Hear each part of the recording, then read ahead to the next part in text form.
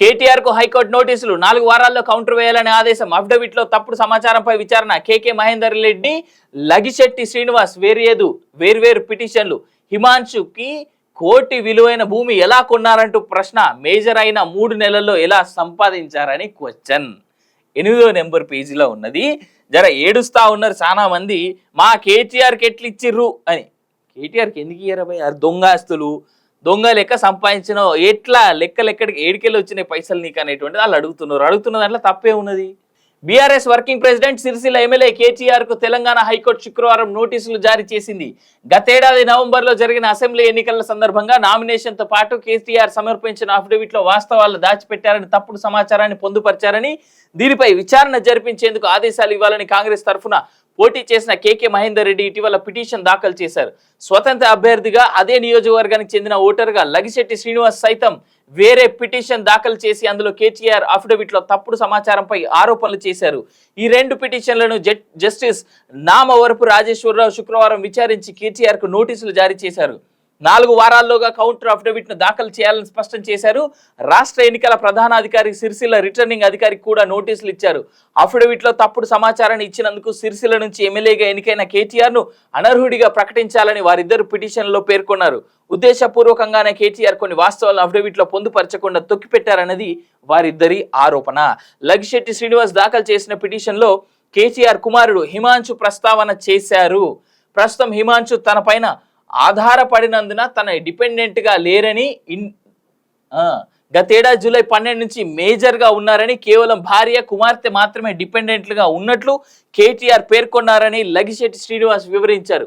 హిమాంశు సిద్దిపేట జిల్లా మర్మూక్ మండలం శివారు వెంకటాపూర్ గ్రామంలో సుమారు 10.50 లక్షల విలువైన 4 ఎకరాల భూమిని, ఇదే మండలంలోని ఎర్రవల్లిలో 88.15 లక్షల విలువైన 32.365 ఎకరాల స్థలాన్ని కొనుగోలు చేశారని పేర్కొన్నారు. మేజర్గా మారిన కొన్ని నెలల వ్యవధిలోనే హిమాంశు ఇంత పెద్ద మొత్తంలో సంపదను ఎలా ఆర్జించారనే దానిపై సందేహాన్ని వ్యక్తం చేశారు. తండ్రితో సంబంధం లేకుండా ఆర్జించి ఉండడంపై అనుమానాన్ని వ్యక్తం చేశారు. వీటిని కేటీఆర్ తన అఫిడవిట్ లో పొందుపరచలేదని పేర్కొన్నారు. ఈ 2 పిటిషన్లను విచారించిన జస్టిస్ ఎస్ రాజేశ్వరరావు 4 వారాల్లో కౌంటర్ అఫిడవిట్ దాఖలు చేయాల్సిందిగా కేటీఆర్ కు నోటీసులు జారీ చేయడంతో పాటు రాష్ట్ర ఎన్నికల ప్రధానాధికారి సిరిసిల్ల రిటర్నింగ్ అధికారులకు కూడా వివరాలు అందించాలని నోటీసులు ఇచ్చారు. ఇది గనక ప్రూవ్ అయితే కేటీఆర్ అంటే అఫ్కోర్స్ కొన్ని ఏండ్ల పాటు సాగుతాయి, మన కోర్టులలో మనకు తెలిసినటువంటి ముచ్చట్నే, కానీ ఇది గనక ప్రూవ్ అయితే కేటీఆర్ ఎక్కడైతే సిరిసిల్లలో గెలిచిండో అతని యొక్క ప్రస్తుత అనర్హత వేట ఆయన మీద పడి మళ్ళీ బై ఎలక్షన్స్ వచ్చేందుకు అవకాశం అవుతున్నది. కానీ మన కోర్టులు భారతదేశ న్యాయస్థానంలో న్యాయం లేటుగా వస్తుంది, కానీ మన కోర్టులు కొన్ని సంవత్సరాల పాటు సాగుతుంది. కేటీఆర్ అనర్హుడిగా అయితే ప్రూవ్ అవుతాడు అని నాకైతే అనిపిస్తూ ఉన్నది. బట్ హిమాంశు విషయంలోనే చాలా ఇంట్రెస్టింగ్ పాయింట్ ఇక్కడ చాలా క్లియర్గా వాడిరు వాళ్ళు. ఒక దగ్గర 4 ఎకరాలు ఎక్కడ వెంకటాపూర్ గ్రామంలో, తర్వాత ఎర్రవల్లిలో 88.15 లక్షల విలువైన 32 ఎకరాలు. ఎర్రవల్లి అంటే కేసీఆర్కి ఫామ్ హౌస్ ఉన్నది కదా, గదే 32 ఎకరాలు ఎర్రవల్లిలో 88 లక్షలేనట 32 ఎకరాలకి. ఇడ వెంకటాపూర్లో 4 ఎకరాల భూమి 10 లక్షలేనట. ఇంత తక్కువకు వస్తే జనాలు ఎగబడి కొనుక్కుంటారు, కానీ వీళ్ళకి ఎందుకు అంత తక్కువకు వచ్చినాయి కూడా తెలవాలి. ఏదేమైనా కేటీఆర్ కానీ కేసీఆర్ కానీ హరీష్ కానీ అండ్ గట్టిగా స్టార్ట్ అయినట్టుగా మనం చూస్తా ఉన్నాం. కేటీఆర్ కు హైకోర్టు నోటీసులు 4 వారాల్లో కౌంటర్ వేయాలనే ఆదేశం. అఫిడవిట్ లో తప్పుడు సమాచారంపై విచారణ. కేకే మహేందర్ రెడ్డి, లగిశెట్టి శ్రీనివాస్ వేర్వేరు పిటిషన్లు. హిమాంశుకి కోటి విలువైన భూమి ఎలా కొన్నారంటూ ప్రశ్న. మేజర్ అయిన 3 నెలల్లో ఎలా సంపాదించారని క్వశ్చన్. 8వ నెంబర్ పేజీలో ఉన్నది. జర ఏడుస్తా ఉన్నారు చాలా మంది, మా కేటీఆర్కి ఎట్లు ఇచ్చిర్రు అని. కేటీఆర్కి ఎందుకు ఇయ్యారా భయ్? దొంగ ఆస్తులు, దొంగ లెక్క సంపాదించిన ఎట్లా లెక్కలెక్కడికి ఏడికెళ్ళి వచ్చినాయి పైసలు నీకు అనేటువంటిది వాళ్ళు అడుగుతున్న దాంట్లో తప్పే ఉన్నది. BRS working president Sircilla MLA KTR కు తెలంగాణ హైకోర్టు శుక్రవారం నోటీసులు జారీ చేసింది. గతేడాది నవంబర్లో జరిగిన అసెంబ్లీ ఎన్నికల సందర్భంగా నామినేషన్ తో పాటు కేటీఆర్ సమర్పించిన అఫిడవిట్ లో వాస్తవాలు దాచిపెట్టారని, తప్పుడు సమాచారాన్ని పొందుపరిచారని, దీనిపై విచారణ జరిపించేందుకు ఆదేశాలు ఇవ్వాలని కాంగ్రెస్ తరఫున పోటీ చేసిన కేకే మహేందర్ రెడ్డి ఇటీవల పిటిషన్ దాఖలు చేశారు. స్వతంత్ర అభ్యర్థిగా అదే నియోజకవర్గానికి చెందిన ఓటరుగా లగిశెట్టి శ్రీనివాస్ సైతం వేరే పిటిషన్ దాఖలు చేసి అందులో కేటీఆర్ అఫిడవిట్ లో తప్పుడు సమాచారంపై ఆరోపణలు చేశారు.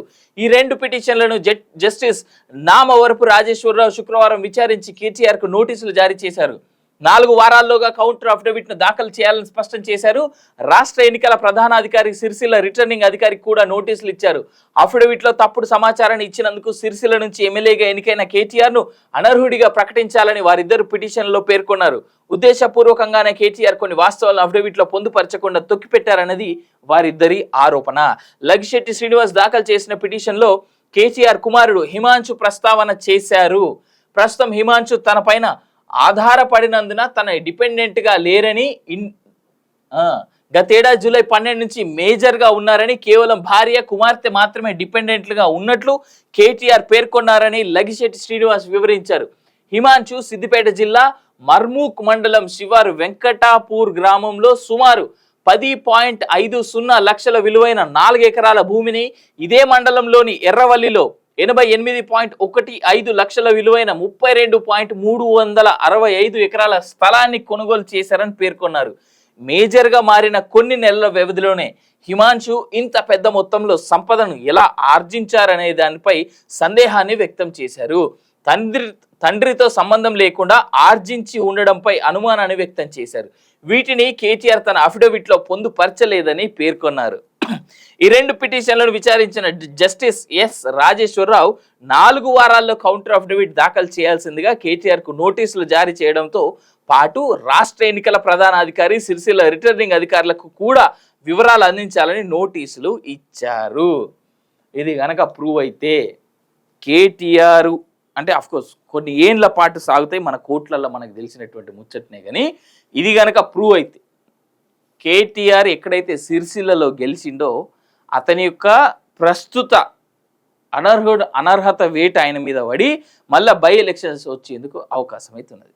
కానీ మన కోర్టులు భారతదేశ న్యాయస్థానంలో న్యాయం లేటుగా వస్తుంది, కానీ మన కోర్టులు కొన్ని సంవత్సరాల పాటు సాగుతుంది. కేటీఆర్ అనర్హుడిగా అయితే ప్రూవ్ అవుతాడు అని నాకైతే అనిపిస్తా ఉన్నది. బట్ హిమాంశు విషయంలోనే చాలా ఇంట్రెస్టింగ్ పాయింట్ ఇక్కడ చాలా క్లియర్గా వాడిరు వాళ్ళు. ఒక దగ్గర 4 ఎకరాలు ఎక్కడ వెంకటాపూర్ గ్రామంలో, తర్వాత ఎర్రవల్లిలో 88.15 లక్షల విలువైన 32 ఎకరాలు. ఎర్రవల్లి అంటే కేసీఆర్కి ఫామ్ హౌస్ ఉన్నది కదా, గదే 32 ఎకరాలు ఎర్రవల్లిలో 88 లక్షలేనట 32 ఎకరాలకి. ఇడ వెంకటాపూర్లో 4 ఎకరాల భూమి 10 లక్షలేనట. ఇంత తక్కువకు వస్తే జనాలు